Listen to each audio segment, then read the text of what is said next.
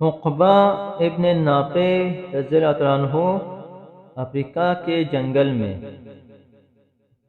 حضرت عقبہ ابن نافع رضی اللہ عنہ نے افریقہ کے ایک جنگل میں شہر بسانا چاہا تاکہ وہاں مسلمانوں کا لشکر قیام کر سکے۔ چنانچہ اس کے لیے جس جگہ کا انتخاب کیا گیا وہاں ہزاروں قسم کے جانور اور خونخوار درندے بسے ہوئے تھے۔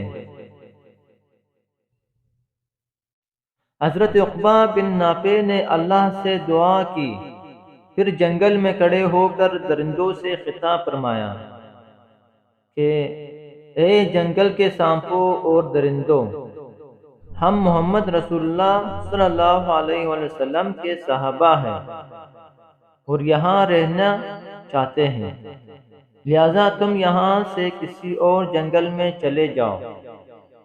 اس کے بعد جو بھی ہم کو یہاں ملے گا ہم اس کو قتل کر دیں گے۔